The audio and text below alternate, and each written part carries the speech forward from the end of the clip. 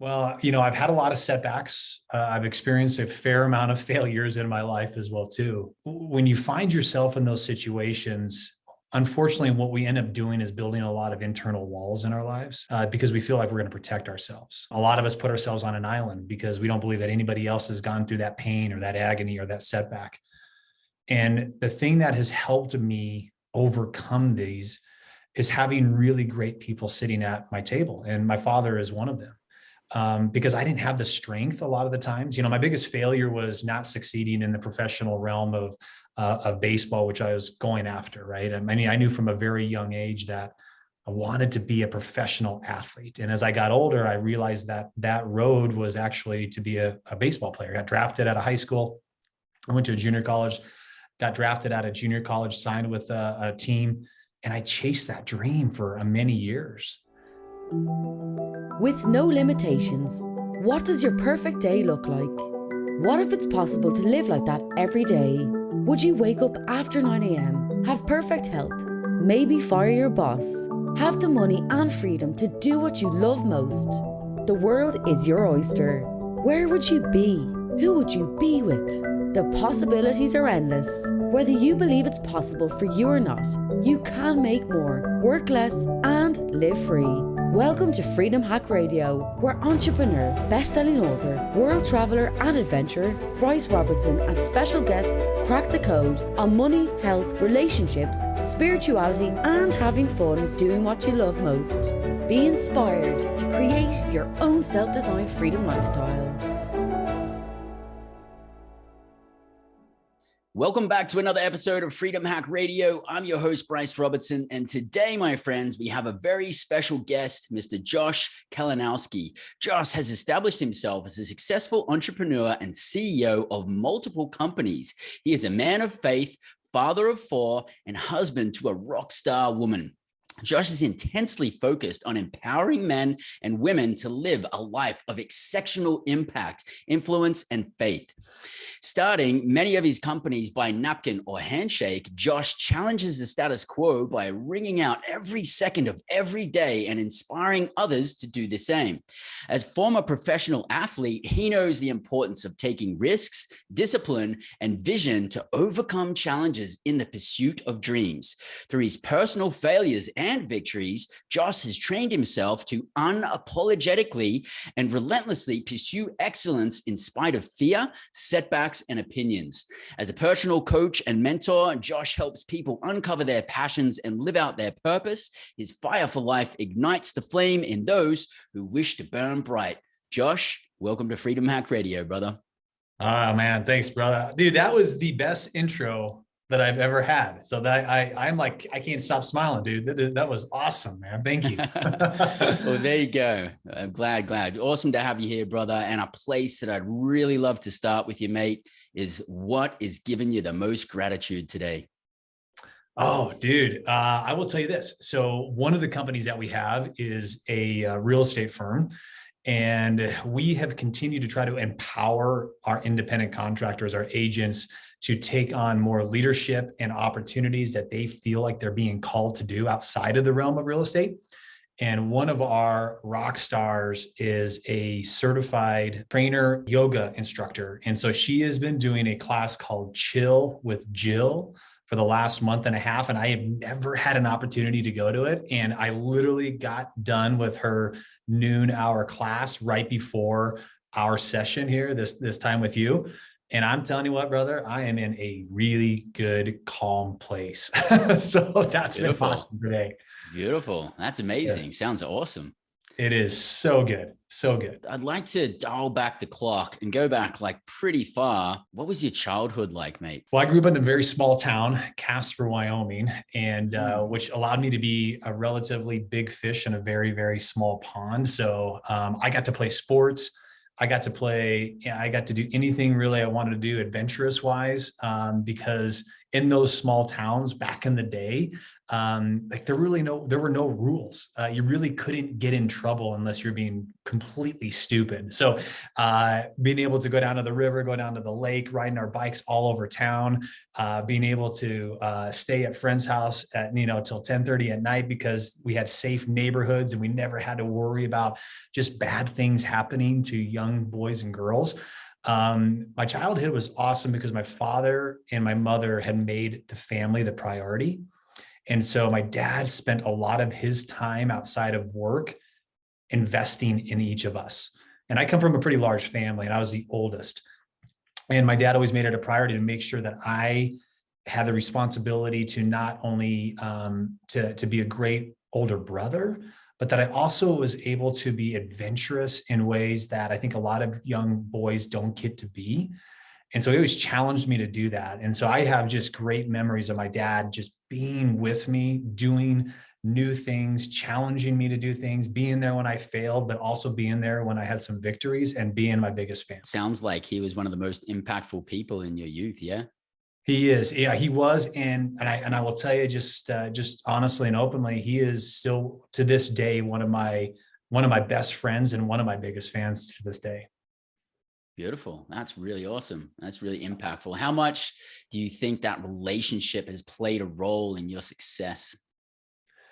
Well, I've had a lot of setbacks. I've experienced a fair amount of failures in my life as well, too. When you find yourself in those situations, unfortunately, what we end up doing is building a lot of internal walls in our lives because we feel like we're going to protect ourselves. A lot of us put ourselves on an island because we don't believe that anybody else has gone through that pain or that agony or that setback.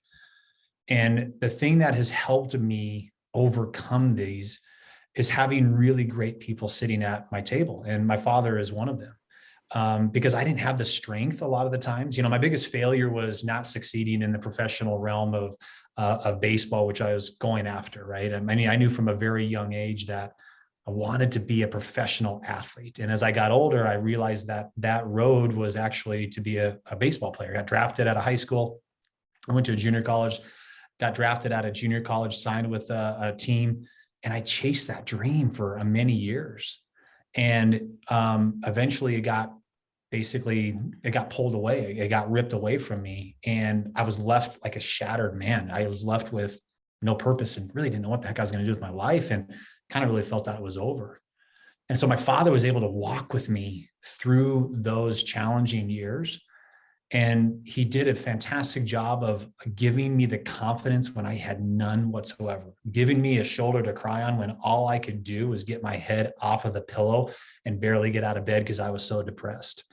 And so since then, he's also been my biggest fan in the sense of now as he pushes me and helps me go into these next chapters of success, now he's just walking alongside of me. And sometimes he's walking behind me and just that support that I know that if I do fail again, he's there to catch me has been awesome and given me the opportunities to go and really challenge myself to do some pretty amazing things.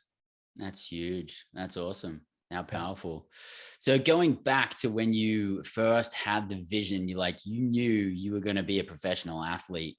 What was that moment like? How old were you and what was that experience?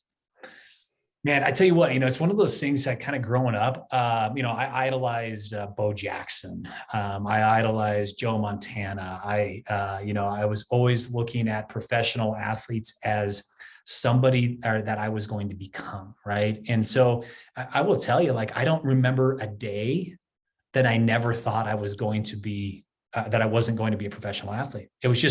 It's kind of like, a lot of people just think, well, I'm going to go to high school, then I'm going to go to college and I'm going to get a job. It's like, okay, well, I'm going to go to high school, I'm going to go to college potentially, and then I'm going to go into the sports realm, right? So it was almost like it was so ingrained in me from the beginning. And whether that was because my dad supported that or that my mom supported that, or that I just was that confident in myself that that's the realm that I was going to do, or maybe there was a sense of me that God had this greater purpose in my life and that's the destiny that I was chosen to accomplish. I don't remember one day, dude, that I didn't think that was a possibility. I never had a day where I didn't feel like I was called to do that. So to me, it was just like I have green eyes and blonde hair and I'm going to go play professional ball. That's the way I was born. That was the way I was made. It was just a fact, huh? Yeah. And so when did you actually start playing baseball? So at the age of 26, I had had 4 surgeries and my arm was pretty shot. I was playing independent ball at that time. And I had this reality moment of, I think this is over. Like, I think that this chapter of my life is done. And then, through those experiences, I kind of, I was like, okay, well, what's next? And there was so much emotion involved in that I just kind of walked away from the game. I remember being so mad at it. Obviously tremendously disappointed in myself that I didn't have the intestinal fortitude to work through the challenges and overcome the obstacles. But then I became really bitter at the game because I felt like the game turned its back on me. And so I just wanted to run away as far as I possibly could to anything that resembled the game of baseball. What do you define what you mean, or what your experience was when you're saying the game turned its back on you? Yeah. So I think like in every profession, we have a tendency, especially for those that are chasing greatness in their life. We believe that we're really important and we're significant in that space. Right. And that's the confidence. I'm not talking about the arrogant part of it. I'm just talking about the confidence of it. You believe that you have a greater purpose. So whether you're a doctor or an attorney, whether you're a school teacher, once again, as a professional athlete, you believe that you have a significant role in the success of that industry. And what you find out is when you remove yourself from it, the industry goes on. Mm. The industry doesn't slow down. The industry doesn't say, wait, hold on, let's wait till Bryce shows up again or Josh shows up again, right? They find another athlete. They find another professional. They find another great person to fill that role and that position. And so there's a lot of resentment that can build up going, I thought I was more significant. I thought I was way more important to the success of the organization or to the industry. And that's a big gut check because you have sacrificed so much of your life because of that sport or because of that industry or because of that profession that it feels like you're not getting that reciprocated back to you. And so you probably felt amazing and had a lot of support while you were performing. But then as soon as you're no longer performing, it's just cut and gone, move on to the next one. Like, without a doubt. Yeah. I mean, once again, you are, to a certain point, you're esteemed and you're idolized and you're important and you're sought after. Right. But once you no longer have that title or that jersey or that position or that status, you're yesterday's old news and you're no longer in the game. You're no longer the person they need to talk to or want to interview, or they don't really necessarily care of your opinion. And that's a huge ego trip to realize that, wow, my importance really was my position and not who I am. So I'd like to just go back a little bit further when you started getting into, like, when you got into the major league, how old were you and how did you feel at that point? How was your confidence levels? What was your image of yourself when you entered that level of professionalism? Yeah, you bet, my man. So I was 20 years old when I signed my professional contract with the Colorado Rockies. And so in professional baseball, you have a series of other levels that are below the minor or the major leagues, which is the minor leagues. So you got everything from rookie ball to low A ball to middle A ball to high A to double A to triple A. And so I was making my way in that journey, and it was amazing. I mean, just think about this. Like, for everybody that's listening, just imagine somebody turning to you and saying, hey, listen, I'm going to pay you a lot of money to go do something that you absolutely love. Like something that you would do for absolutely free for the rest of your life. I'm going to pay you more money than you can ever imagine. Right. If you talk to my kids right now, like, it'd be like, hey, I'm going to pay you a lot of money to play Xbox or PlayStation. Right. And that's what I got to do. I lived that dream. I lived that opportunity to go out there and do what I was really, really good at. And I absolutely loved it. I could get obsessed with it. I thought about it all the time. I mean, this was my passion. This was, once again, at that time, I thought this was my purpose in life. And so, I mean, you're showing up to the best job ever every single day. You're confident, you know exactly who you are. You're having success you're building that up. Other people admire you. Other people see the greatness inside of you. Other people are surrounding themselves with you.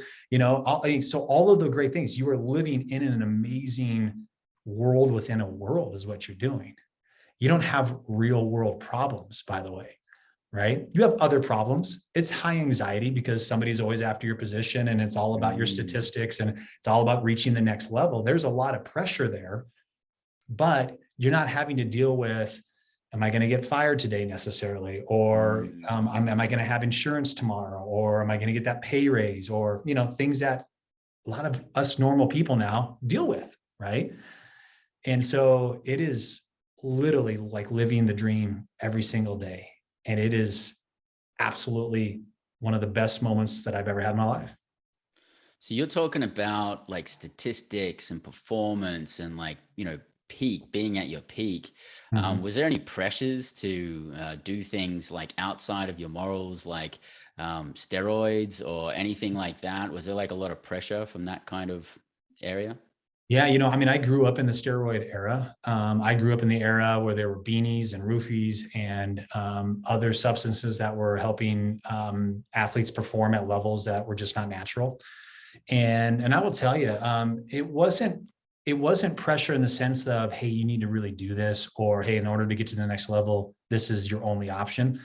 But what it was is there was a pressure for yourself to perform at a constant better level, right? A constant better, stat. And, after coming off of a couple of surgeries, I will tell you, I had many questions around steroids. I thought about it. Because I knew that if I did, I would heal. I'd heal stronger. I'd heal faster. And I'd become a lot better from it. And when I came back from it, I'd be performing at a level that I've never been able to reach, right? Naturally. And at that time, they were testing, but not really testing. They knew the athletes that were hot, so they really avoided them. They knew the ones that were clean, so those guys got tested all the time. I got tested all the time because they knew that I wasn't doing drugs and I wasn't doing any illegal substances. But what really made the difference for me, one, of course, is having a very strong relationship with my father, who always continued to make sure that I was following a moral compass for the most part. By no means was I innocent. By no means have I not made some really dumb, bad decisions in my life. But I never wanted to cross the line where I was ruining my last name because of everything that it represented. And nor did I want to ever come home and have to lie to a young man or a young girl that was chasing their dreams and tell them that I cheated at the game. And so that was my conviction to say, that's the line that I'm not willing to cross. And so that was, once I decided and made that decision, it was actually a really easy decision from there going forward. So you wrapped up baseball professionally when you were in the age of 26. Like, how long did you think you were going to be playing at that level? Oh, dude. Like, so, a lot of, you have a lot of entrepreneurs, you have a lot of business owners, you have a lot of people that are chasing success in their life that listen to this. We all, most of us look at and we try to manifest that future, right? We close our eyes, we envision it. We can feel it, we can smell it, right?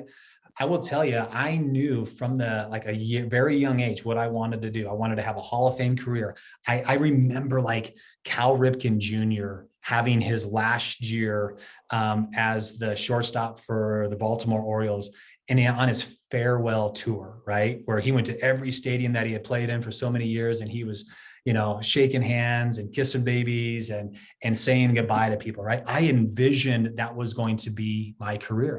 That was what I was going to do. And then I was going to retire in San Diego with my 4 children. I was going to play golf every single day. And then I was going to coach my boys or my girls in their sport because I was retired as a multimillionaire. Like, I had my entire life already planned out, man. I knew exactly what I was going to do and where I was going to live.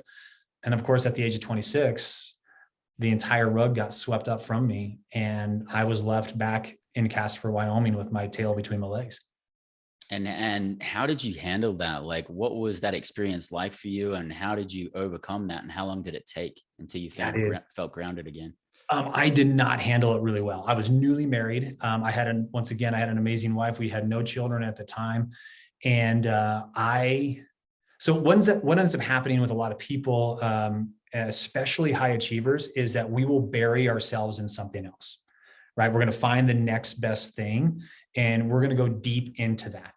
And so, I mean, I was uneducated. I had spent all my money because, I was going to be a millionaire. Like, why would I need to save any money? Right. So I didn't really worry about those things. Those were all temporary problems.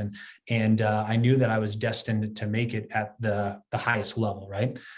So I got out of professional baseball as a broken, both physically and emotionally and mentally, athlete. I was newly married. I had no education. I didn't have a plan B. No backup. I didn't know what I was going to do with the rest of my life. My father was a builder. I was not going to pound nails the rest of my life. That was a miserable, hard life. So I got into the easiest profession I could possibly get into because it only took a 2-week education, which was real estate. And so I got into it 2006. Well, we all know 2006 was a booming year in the United States, and selling real estate was easy. You put a sign in the yard and it was sold. And so I had instant success. And so what that did is it allowed me to transfer into another profession saying, okay, I can be successful in this. And so I never really dealt with the pain. I never really dealt with the emotions of that loss and that heartbreak of losing my career in professional sports. And so it started to manifest in my life a couple of years later. And I started to put things in my life. I was probably drinking too much. I was focused on other things that were not helping me become a better man. And I was focused on things that were not helping me build myself as a leader.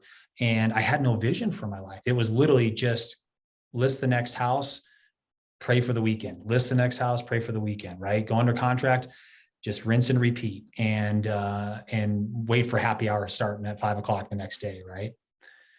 And I did this for many years. I was obsessed with work. I was obsessed with being excellent and successful. That was my drive. And then we started having children. Dude, I was not a great dad. I wasn't a great father because I spent so much time focused on success and what success on the superficial level looked like. And because of that, I live with a lot of regret. The day my first son was born, he was born early morning. And by 9:30 that day, I was back at work. Wow. And my wife and my son were in the hospital, because I was trying to be the man though, right? I was trying to be the provider. I was trying to be successful. I was trying to do all of these things that I had lost. And so I searched, man. I searched for many years. It wasn't until I was about 35 years old where I came across Dave Ramsey, and I started to get a vision of what being an entree leader looked like, what a servant leader looked like, and all the possibilities of what I could become, because I'd become successful financially, right? I became one of our top real estate agents. I had a large team that was going on. We were crushing it, but dude, I was still so unfulfilled, man. Did you feel like the image of yourself when you were still successful in real estate, you've got that energy of like, go, go, go, that masculine energy. And it seems like you transferred that probably all through your life. Did your image of yourself when you were successful in real estate, did you still feel like you weren't good enough, but compared to... Yeah, go ahead. Just compared to your experience in baseball, because, that was a high bar, to keep up with.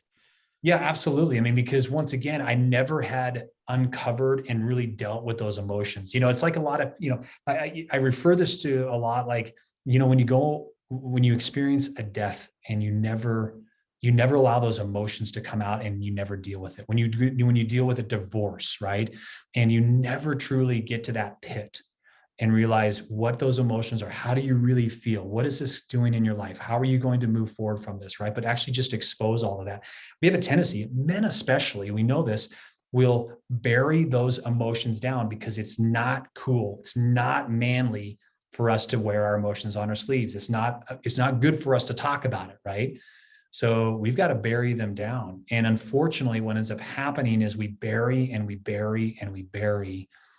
And then we start manifesting that fear, that disappointment, that discouragement, those emotions that we just don't ever want to deal with. We start manifesting it in other areas of our life. And that's exactly what I was doing. Success could never be enough. So no matter what I did that year, next year we had to double. No matter how big the team was, the next year the team had to double, right? And there was no satisfaction. It was completely fleeting. I remember the first time I had a $1 million closing. I'm like, dude, this is awesome. Like, I'm going to celebrate it. As soon as we had it, dude, I left that closing deflated. You know, that $30,000 check in my hand. I'm like, is this it? Like, this is all I'm going to feel right here. Like, this is all this work. Like, and so it recognized in me this true emptiness, this void that I was trying to fill with all of these superficial successes. And so that really began my journey of, okay, I'm going to fill this void with something meaningful and a lot more purposeful. And so I've been on that journey ever since the age of 35. Beautiful. You know, something that I've been doing over the last 12 months or so is I've been involved in men's groups, and it's been really epically powerful for me. Last year was a pretty challenging year from a lot of different levels. And it was a really awesome opportunity for me to be in an environment where I can express some challenges that are happening and be real about some real shit in life. Yeah. And, but still be like in a container where I've got support. And I also know that other people are having similar challenges and giving awesome advice. Did you, at any of your growth from like 24 to 35, have any support through men's groups, or how has that played a role in your life? Yeah, no, I appreciate, that's a great question there, my man. You know, after getting done with baseball, the thing that I missed was my band of brothers. You know, I missed those guys that I was doing life with, right? And I didn't have any other, I mean, I had some really good friends, but I didn't have any other high achievers. I had nobody pushing me. I had nobody like going through those hard experiences and experiencing success and failures and constantly just pushing themselves for this idea of excellence in their life. And so I started searching for that. And as a man of faith, you know, one of the things my father brings is that foundational faith and purpose, and a deeper purpose of what family should mean in your life and being a great dad.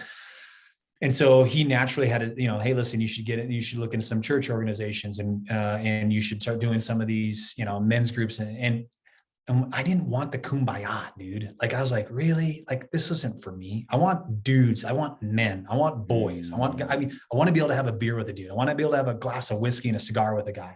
But I also want to go out there and tackle and do some really awesome, amazing things in life. And so the church scene, and so I got out of that. I looked at other things. I went into Warrior with Garrett White. I did Warrior Week. I was a part of that program. And I will tell you, like, fundamentally, that was an awesome thing to go through. They gave me some amazing tools. I needed those tools. I needed the four foundation, you know, the four core that they talk about. I needed Warrior Week. I needed to get my ass kicked. I needed to open up and expose my deepest, darkest frustrations and fears, right? That was a pivotal time for me. And in fact, I felt, well, maybe I'm going to become a warrior instructor. Like, maybe I need to go this route. But what I realized after I had been able to take some time and really think about it was that, one is, it really didn't provide certain foundations that were super important to me. So my faith is very important to me, right? The other thing is I didn't want a glorified locker room. I was over the glorified locker room. I just needed a band of brothers. And so we continued to keep searching for that. And then at the age of 40, after a lot of silence and a lot of prayer, I just really felt like God was calling me to say, all right, hey, just go create your own, dude. Like, go find your band of brothers. And so we did. At the age of 40, we started a group of dudes, and now we've got what's called Man Made. And it is a group of ambitious men that give a shit about life. Like, literally, that's what it's about. And so creating those events, those safe places, those opportunities to push men, to hear men, and to appreciate men has been our focus. It's been all about me helping me become the man that I need to be. So, And how was Man Made this year? I think you guys did it about 2 weeks ago. You had your annual conference, yeah? yeah. So I tell you what, now we've got a couple, things that we do throughout the year. We've got what's called Alpha Camp. And this is just one of those weekends that, men spend so much time carrying the weight of the world on their shoulders, right? They're the visionaries for the family. They're in the front lines, taking a lot of those battle scars, man, and those wounds by, developing their companies, or by, financially supporting the families, or, trying to be a great dad and multitask and do many things, right? They're trying to be coaches and confidants, and they're trying to raise young, if you have boys, you're trying to raise young boys to be young men, right? And so we often don't take enough time for ourselves, and women are the same way. Don't get me wrong, but men do a horrible job of pouring into themselves correctly, right? We'll go play golf and we'll go have a couple drinks with the guys, right? But we don't go with other like-minded men and do some fun, adventurous things by filling our cups, so that when we come back from that trip, we're on fire and ready to lead in a different way, right? So Alpha Camp is that. We allow guys to have a great experience by doing things that they never really typically would. We went dog sledding. We were cutting down trees. We were getting back to the alpha male, right? We're giving men the opportunity to feel that testosterone again, and to do stuff that they probably haven't been exposed to in life, right? And have great conversations with other like-minded men, and to enjoy a great glass of whiskey and a cigar by the campfire outside in the mountains when there's nothing else going on, and all you can see is the billion stars that are out there, right? And just get back to who we are as men. And then we have the Awakening event, which is a 3-day for those guys that are going through, maybe they went through a divorce, maybe they went through a tough season in life, man, and they're trying to find that purpose again, or maybe they're just trying to forgive themselves for some mistakes that they made and some things that they did that they just can't seem to get over. Or maybe they're just trying to light their soul on fire again. And so the Awakening is an awesome opportunity for men to come to a physically challenging, mentally challenging, emotionally challenging 3-day weekend that really gets men to go down to that pit, expose those things that are probably been buried for years, and then lift them up out of that and give them the tools so that they can live a life on fire. And then the last thing that we do that is really near and dear to all of our hearts is we do a Core of Discovery, which is a rite of passage for fathers and sons. We know that America does a really shitty job of helping young men or young boys become men again. And what's that rite of passage, right? We don't do that. We know that cultures throughout the world have done that for centuries. There's always been, in a lot of cultures, a time where a young boy did something significant and on purpose that initiated them into manhood. And we don't know how to do that. Is it when they turn 16 years old and they have a license and they can drive? Is it when they graduate high school? Is it when they have their first girlfriend, and when they have sex for the first time? Is it when they graduate college or get married or have their first son? Like, when do we initiate boys into manhood? And so we developed a program that allows fathers to walk with their boys throughout all of the stages of becoming a man, with some tremendous intentionality, so that fathers feel like they're empowering their boys to take the next step. And then it also helps men as fathers know that they fulfilled their fatherly duty in raising a man. That's huge, dude. I mean, right now, our culture, our society in the Western world is breeding snowflakes. And there's also a lot of influence for men to be more feminine and for women to be more masculine. And, Yep. we need that masculinity and that femininity. Have you had many of your people that are coming to your courses somewhere around the millennial age? Most of the men that we have coming to us are in that mid 30s to mid 40s.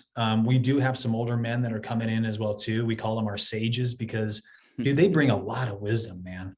And regardless of the fact that they've had some failures or some successes in the past, they all have wisdom that they're bringing to the table.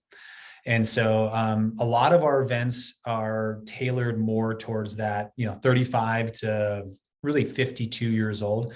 Most, so really a lot of the men are, married, they've got a handful of kids, they're entrepreneurs or they're business owners, or they're in the upper management of businesses. So they have a lot of weight on their shoulders and they're making a lot of decisions, and they're just needing other men that they can relate to and have an opportunity to grow.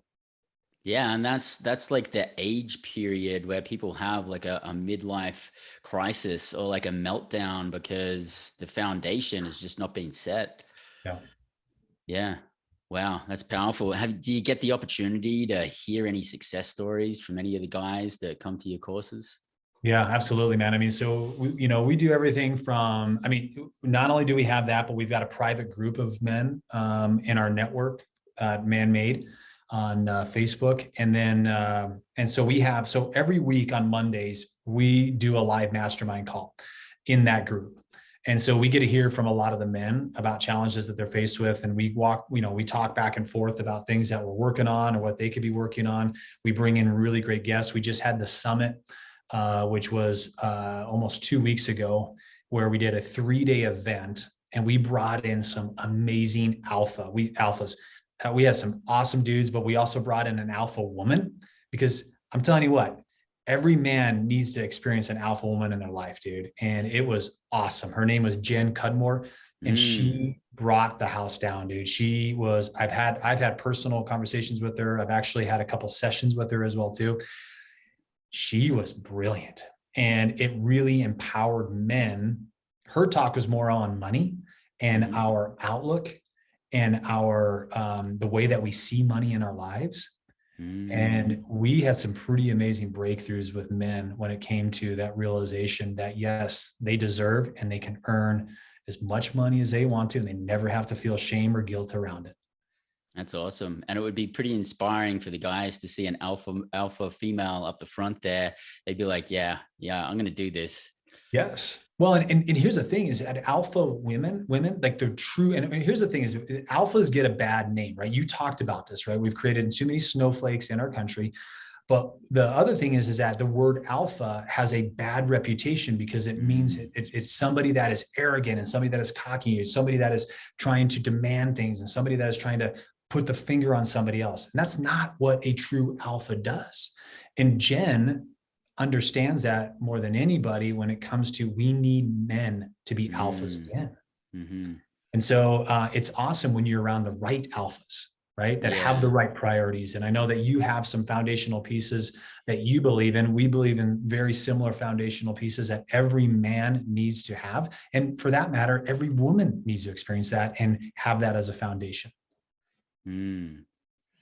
So you're an athlete. You obviously work out, you're in good shape. How do you exercise your no muscle?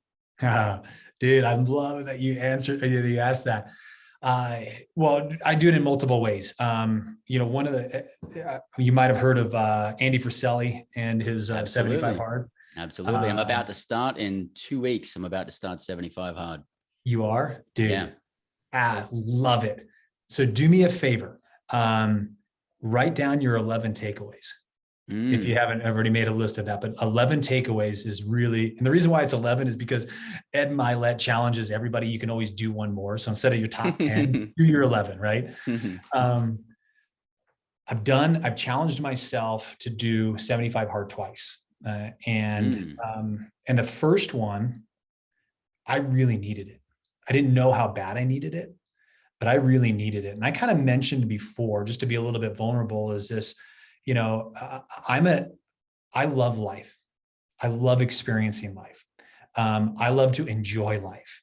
I love my adult beverages, right? And one of the things that I've always told myself is that I was always in control of how much I drank. Mm-hmm. I could say no whenever I wanted to. I just never wanted to. So 75 hard was a really great discipline that I needed to put in my life to make sure that I was in control of the things that I could control. So do you feel like you didn't know that you were potentially getting a little bit out of control until you were in control? Well, I felt this. I felt like I was an adult. I was a man. And what did I need to say no to? Right? I don't have anybody to answer to other than my wife. And my wife, is amazing. But I don't have anybody that has authority in my life in a sense that's telling me that I should do this, or this, right? I have a lot of men that have authority in my life, but I had nobody telling me that I shouldn't do this, right? So that was a great discipline that I needed to do and prove to myself that I was capable of exercising my no muscle and saying, not today, not going to do it today. And so as I was going through 75 hard, one of the biggest key takeaways that I had in my 11 was the ability to exercise that no muscle. And that first week is tremendously tough because you don't realize how many times in a day you say yes to stuff. That bag of chips, that candy bar, that beverage, social media, all of these habits that we've just kind of gotten into that, hey, listen, in moderation, they're not bad, but they're consistently something that is a distraction from what you really want to accomplish in your life. And so I loved exercising my no muscle. I became really addicted to it in that 75 hard. And it is one thing that has continuously stayed with me. And so what I do now is I look for other opportunities to hold myself accountable in ways that I normally wouldn't do it. Right. So every day, I got my morning routine. I got an ice barrel. I go in that ice barrel every single day. I freaking hate it. It's not fun. It's You do not that every something day? that I look forward to every day. You do an ice bath every day? Every day. What's your minimum time that you want to be in there to feel like you've actually done it each day? Yeah, I am in there between 3 minutes and 5 minutes. Do you knock it out like first thing in the morning to get it done? I do. Yep. Yeah. Yep. Hats off to you, brother. Dude, I've been kind of hustling to do that once a week, man. And so like every day, you must feel amazing. I hate going into it, dude. But here's the thing. It's that part of that exercise in the no muscle. Like, no, today's not going to be the day that I don't do it. Right. And so I look at those opportunities of, on my emails at the very bottom of it, it talks about like, I am an expert in doing hard shit. Right. I'm expert in doing hard shit on purpose and loving it. And one of the things I've been challenged with though, is that I'm not always loving it. And so that's one of the things that I'm working on right now is looking at these hard things that I'm putting in my life to do intentionally, but having a mindset that I'm actually loving it because I know how much better it's making me. Yeah. Wow. So being a father and with all the shit that's going on in the world right now, I mean, we've got the powers that be pushing down from the top. They're creating a lot of fear. Kids are in this environment. There's all these masks being worn all over the place. They're talking about, forcing vaccinations on children. How do you as a father navigate through all of this? And how do you feel about all these pressures being put on your kids? Right.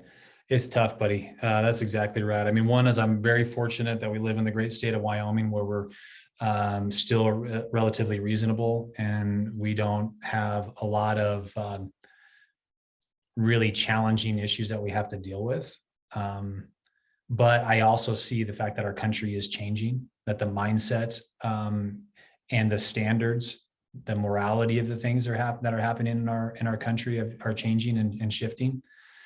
And so I think it's really, really important, first of all, that our family's strong, that my wife and I are on the same page. It's super important for us to have a very healthy relationship, right? One, because our children are looking at that every single day. And so if mom and dad aren't doing good, that's going to be a reflection for them that, whoa, wow, maybe something else is not doing really good. And it's going to give them an opportunity to go down a road or a path, or make some decisions for, one, either attention, or two, because they don't feel like mom and dad care because they're too busy arguing with themselves. Right. And so my wife and I are very intentional with doing the best we can to have a healthy relationship. It's not perfect. And there are moments when I'm a total turd. Like, dude, I mean, I'm a dude, man. Like, I'm like everybody else, I got problems. But we have to work on that. So that means that we take intentional time with each other. Each one of us take intentional time alone as well, too. We call them our silent retreats. So I go away to our cabin for a day or two. She goes away to make sure that her cup is filled as well, too, so that when she comes back, she's empowered and she's strong and she's the woman that she needs to be and she wants to be for her children and for her husband, and vice versa. We have some really intentional conversations with our children as well, too. We made a decision. My wife was an RN. And so, she had insurance. She was making a great living. We had retirement. And we made a decision when we had our second child that she was going to stay home and be a mom. And then her mission in life was to make sure that we didn't lose our children's hearts. Wow. And we've taken that very intentionally. And so at the sacrifice of financial gain, at the sacrifice of insurance and retirement, that would have really catapulted us into an even higher level of wealth and success. We realized that the success of our family was worth the sacrifice, and it's paid dividends. My wife is there to take the kids to school, to pick them up, to be there with their friends, to give the friends rides. She's the mom in the schools, and it allows her to know that she is giving life and breathing life into our children.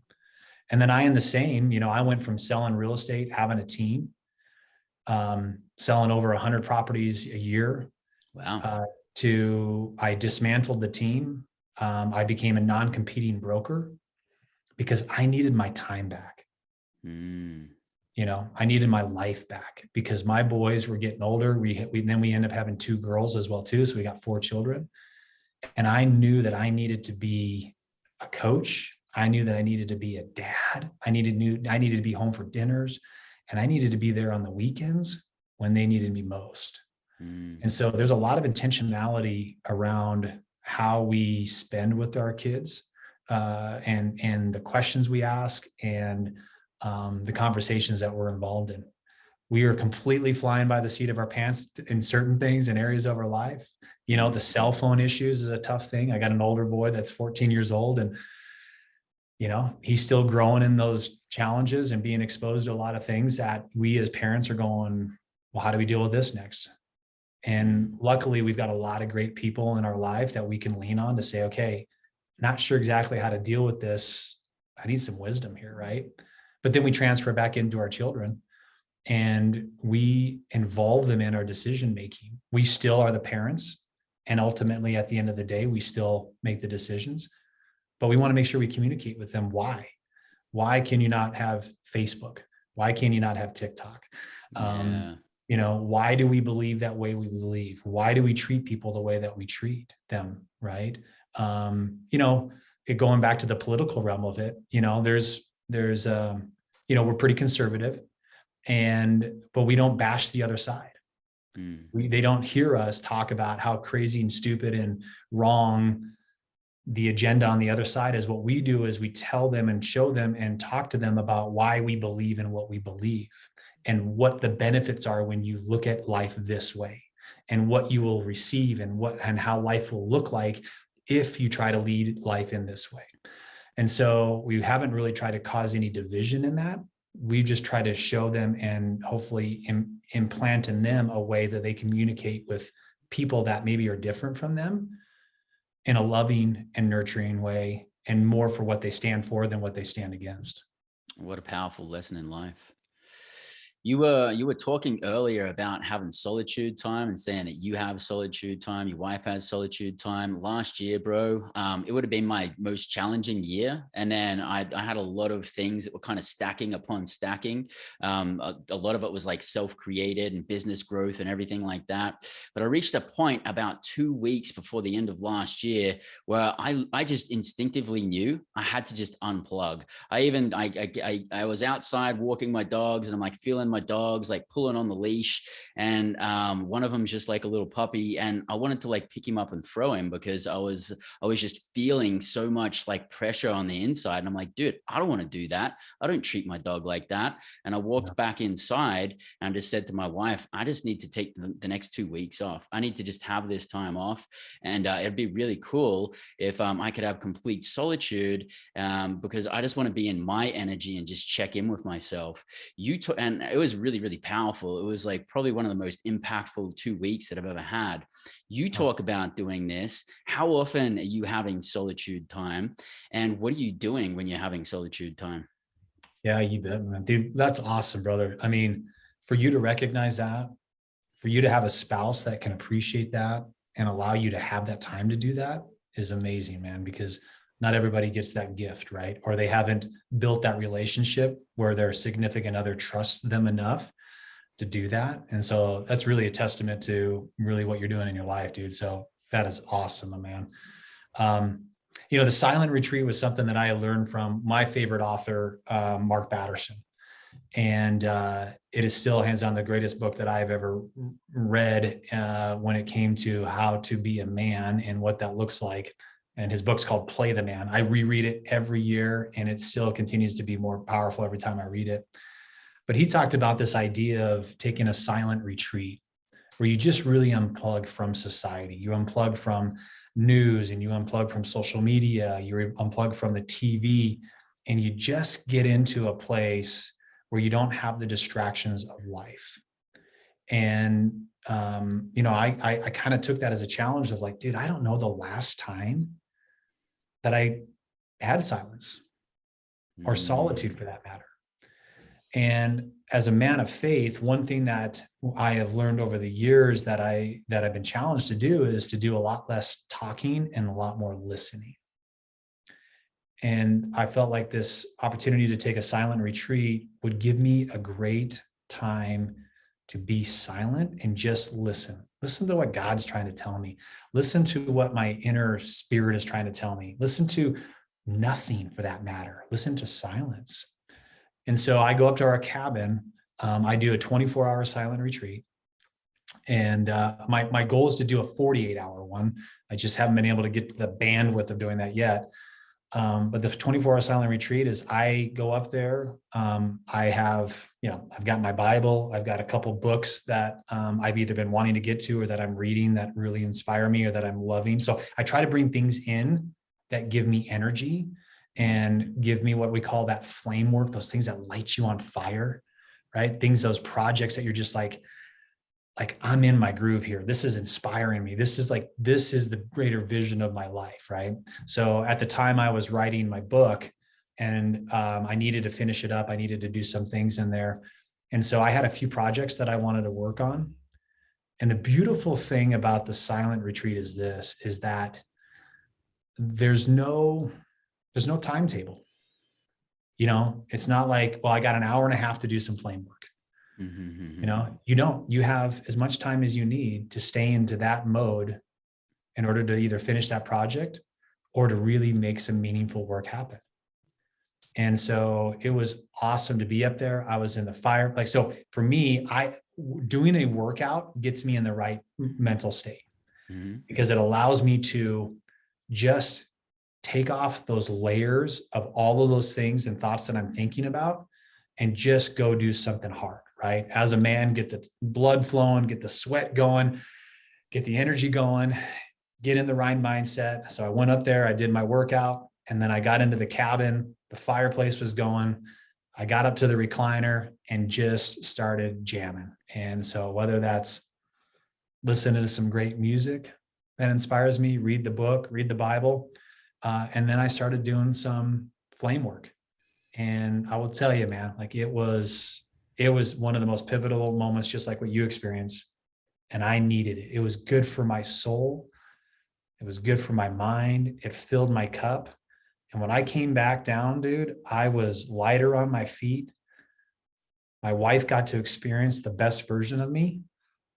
And my kids got to experience a dad that was excited to see them. So everybody won. Well, did your kids like tell you anything that they noticed differently? Did you kind of get to see that mirror? Well, you could see, this is what ends up happening is you can see, like, when I get stressed or when I'm not in my best, my kids get a little, they feed off that energy and they're a little bit tense. And so when I do those things, and I try to do those more and more in the sense of trying to be the dad, I take off my hat and become a dad. They're much more relaxed.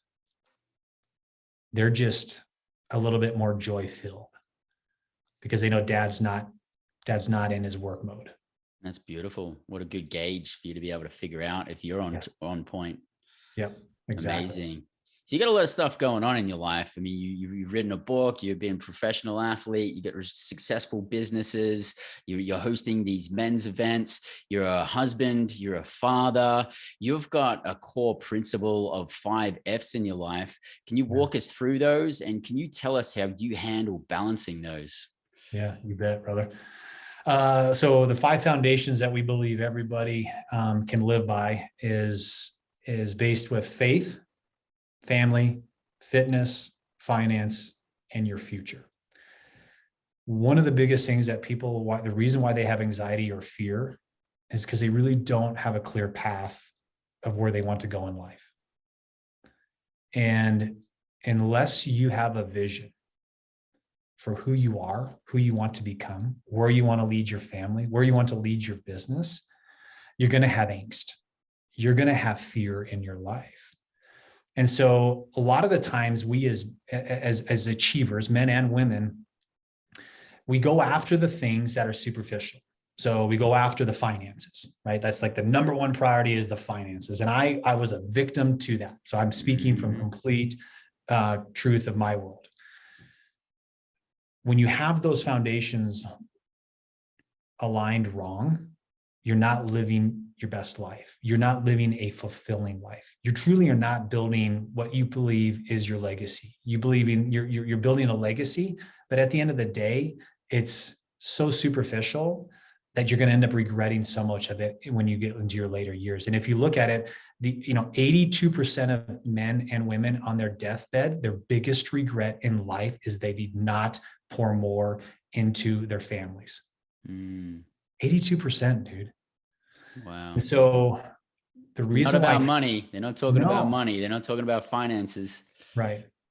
Wow. And here's the thing, money is great, right? We have this, like, I grew up with this idea that, because I'm Christian, it's kind of like sometimes money has a bad rep, right? Because people chase it so much. And so I had this misunderstanding about money and thinking that money was the root of all evil, right? That's just a phrase that a lot of people like to hold on to. And that's wrong, because really what the verse is that the love of money is the root of all evil. Money is great. Money is powerful. Money allows you to do amazing things in your life, and it does have a significant place in your life, but it's not the main thing. It's not the number one thing. And so faith is so important for each and every one of us. You want to get through a hard season in your life, you have to have some faith in there, right? You have to understand that there is a greater purpose and a greater being, that it's not all about you, right? It helps you become this servant leader. But the other part of this faith aspect is the faith in yourself, that you're capable of doing so much more. Right? When you build that faith in yourself, when you pour into yourself, when you hire a coach, when you invest in yourself, you become a better person for so many other people. And so this faith aspect really has to be the foundational piece, man. You can't be the father, you can't be the husband, you can't be the business owner, the entrepreneur that you really want to be and accomplish all of these great things unless you have developed a strong sense of faith in your life. And so don't ever neglect that foundational piece. You want to see the strongest men out there, the strongest women out there, they all have a great respect and they have a great foundation in faith, whether it's in themselves or a higher being. That is one of the strongest points of their success, is their faith in themselves and or a higher being. Family's number 2, man. Right? What are we doing and why are we doing it? Right? I don't know about you, but man, I want to follow great men and women. Right? I want to follow great men and women that are multidimensional. I got really tired of having a lot of respect for people that were super wealthy, but they're on their 3rd marriage. They were estranged to their children. And they were, at the end of the day, they were what we consider one-dimensional, right? There's how many men of faith do you know that are overweight, that have no money in the bank account, but man, they're very religious men and they're really on point and they're great, right? But they're only one-dimensional. And as I looked at my life, I kept on questioning, why can't we be 3-dimensional? Why can't we be great in every one of these aspects? And I will tell you that you can. You just have to know what those aspects are. You have to know what those foundational pieces are. And so once again, you've got your faith, you got family, fitness. Oh my gosh, like you have to, and I'm not saying that you have to go work out every single day, but what I'm saying is that you have to understand that what you eat and what you drink and what physical activity you might put in your world, yoga or working out, like all of those help you in your mental health as well too. All of those help you become a great dad so you can go and play with your children and be a coach and have that energy that is required in order to raise your children, right? Having energy to fulfill your wife and your spouse, right? All of those are huge aspects of our life that if we ignore them, first of all, we're not going to be around. Secondly, you're going to be miserable. And I don't know about you, dude, but I don't want any other man raising my children. Heck no. So it is my duty and my obligation to be the best dad that I can be for them. And that means that I've got to make sure that I'm at my optimal health. Right? So fitness is a very important aspect of our lives. When we are mentally fit and physically fit, we can become the best version of ourselves. We can go and achieve great successes in our lives because we have the energy to do it. We have the capacity to do it. So fitness is super important. Finance, of course, we go back to that and how important money is. We can do great things. God wants great men and women to do powerful things with money so that his kingdom gets built, or to be generous with that money, right? So we have to look at money as a tool and an opportunity, and we should go and try to get it. We should aim for success financially. We should aim for that wealth in our lives financially. There's nothing wrong with that, right? We have to have an outlook that money can be used for great things. I have money goals because I want to be able to give so much of it away. I want to be able to invest. I want to create opportunities for other people when we create jobs and when we create these companies, because I know that I'm going to provide them with a great lifestyle. And I'm going to provide them with a great company that's going to build them up. I can't do that if I have no money coming in. And so I have an obligation in order for me to fulfill my purpose to make money, but make it in the right way, right? And then, of course, the future is the last one, because a lot of us don't think about the future. We just think about the day-to-day and the grind. We think about just paying the bills, or we just think about the monetary things in our lives. And this idea of silence, which what you experienced, it's so good for us to dream. As children, we spend so much of our time dreaming of what we want to become, who we want to be, right? We sit back and we fantasize about being an astronaut or being the president, or something cool. We never I haven't met a kid yet that says, I want to drive a truck for the rest of my life, or I want to go dig ditches, right? No, they all aspire to be something great because they're dreaming of this and they're visualizing this. Unfortunately, what ends up happening in our lives is we've been burned. We've heard somebody tell us, oh, that's freaking stupid, dude. Like, why would you want that? Like, no, like that's arrogant to think that you could do this, this, or this, or dude, you're not talented enough, or you're not smart enough, right? We all have those people in our lives that have destroyed those dreams. And then we don't give ourselves permission to dream again. And so that foundation of looking to the future gives us permission to do that now and to think about. And I love this question. This is a question that I've been really pondering. I heard it from a gentleman, and it really has made me sit back and think about this. And the question is this: who did you want to become before you became the person you are today? How many of us are a little bit unsettled of who we are right now? How many of us look at our age and go, man, I thought I'd be a lot farther off in life, or I didn't think I'd be doing this in life, right? Too many of us. You'd mentioned this. This is a reason why people have those midlife crises, right? It's because they ended up going down this path that they really didn't think that they would, and they just kept on showing up. And, you know, at the age of 45, here you are. It's like, man, I thought life would be a little bit different. I thought I'd be doing something different. I thought I'd be a little bit more adventurous, right? So that's a great question to ask if you find yourself in a situation right now where you're maybe feeling a little bit of that unfulfillment in your life. Who did you want to become before you became the person you are today? And then you get to start to chase that, right? That's that future aspect of it. What can you do? Small incremental things. What can you do on a daily basis that'll put you a little bit closer to that person so that you can start to go on that path? How do you keep balanced with all of this? Do you have any daily rituals, daily practices? Yeah, man. So I would tell you this, buddy.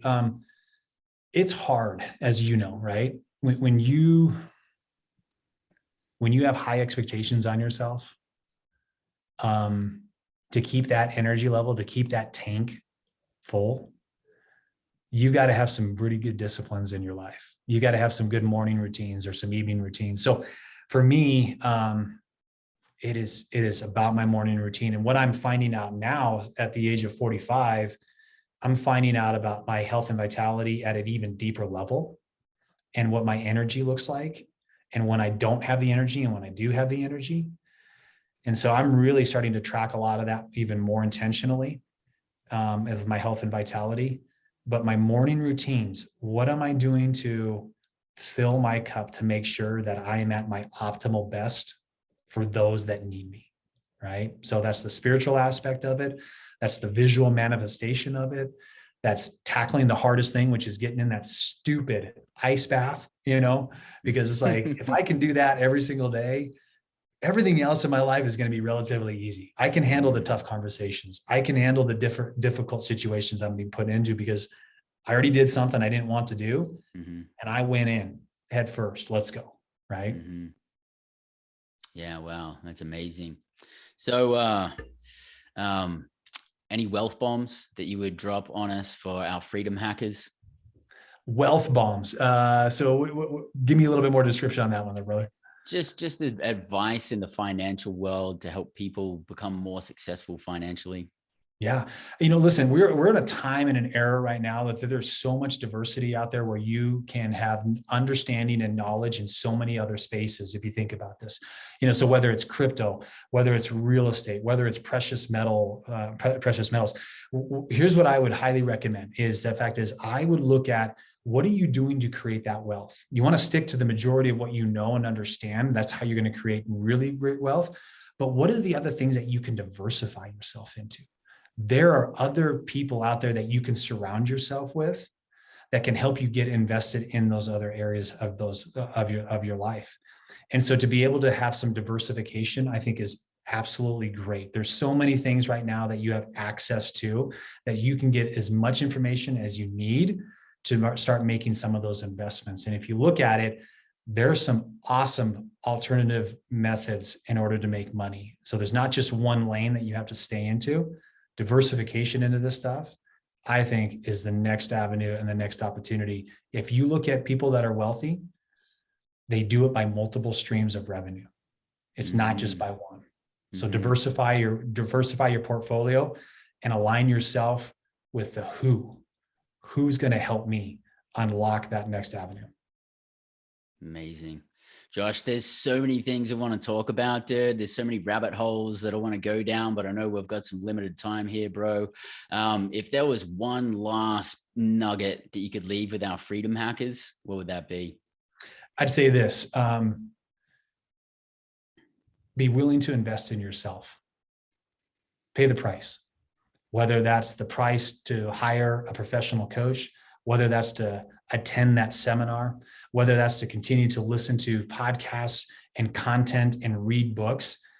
If you are not willing to pay the price, both in the physical aspect of it financially, but also in the time and the energy and the effort, nobody else will do it for you.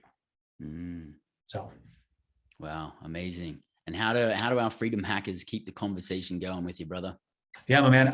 If you go, you can hunt me down on Instagram. I do a drive time every morning at 8:30 Mountain Central Time, where I give you the first 15 minutes of my day. I talk about the challenges that I'm facing myself with and questions that I'm asking myself. And if you need just a little bit of inspiration or motivation, that's a really great place that's a great platform to find me. You can obviously find me on Facebook. You can go to joshkalinowski.com, or for all the men out there, if you want to know a little bit more about Man-Made, you can go to man-made.org. We've got events there that you can sign up for, or you can just get to our private Facebook group. It's absolutely free. We put a ton of content in there, and we've also got a lot of great things that you get for free just for being a part of it. And we're going to have all of these links in the show notes as well. So if you want to click on those links to keep the conversation going. Josh, it's been an absolute pleasure, brother. I really appreciate you, man. You're like very vulnerable. You're a leader. You're doing so many good things in the world. Thank you for just doing what you do and sharing what you're sharing, brother. Really, really appreciate you, man. Well, thanks, man. I know how hard it is to continue to do what you do right here. So I got to tell you, man, I'm so thankful for you and the time and the energy that you put into this, dude. It's awesome. So appreciate you, man. Thank you. Really appreciate it, bro. And for all of them, our freedom hackers, I'm your host, Bryce Robertson. And until next week, live large and live free. G'day, this is Bryce Robertson. I'm your host here at Freedom Hack Radio, and I truly, truly hope that you got a ton of value out of the episode that we just shared with you. And if you did, make sure to subscribe on your YouTube channel. Make sure to subscribe to your favorite podcasting platform. Hit the notification button so you can find out about the next episodes as they come out. Because if you haven't achieved financial time and location freedom, you really need to be dialed in here. So make sure to subscribe and follow us along as you grow on your path to financial, time, and location freedom here at Freedom Hack Radio.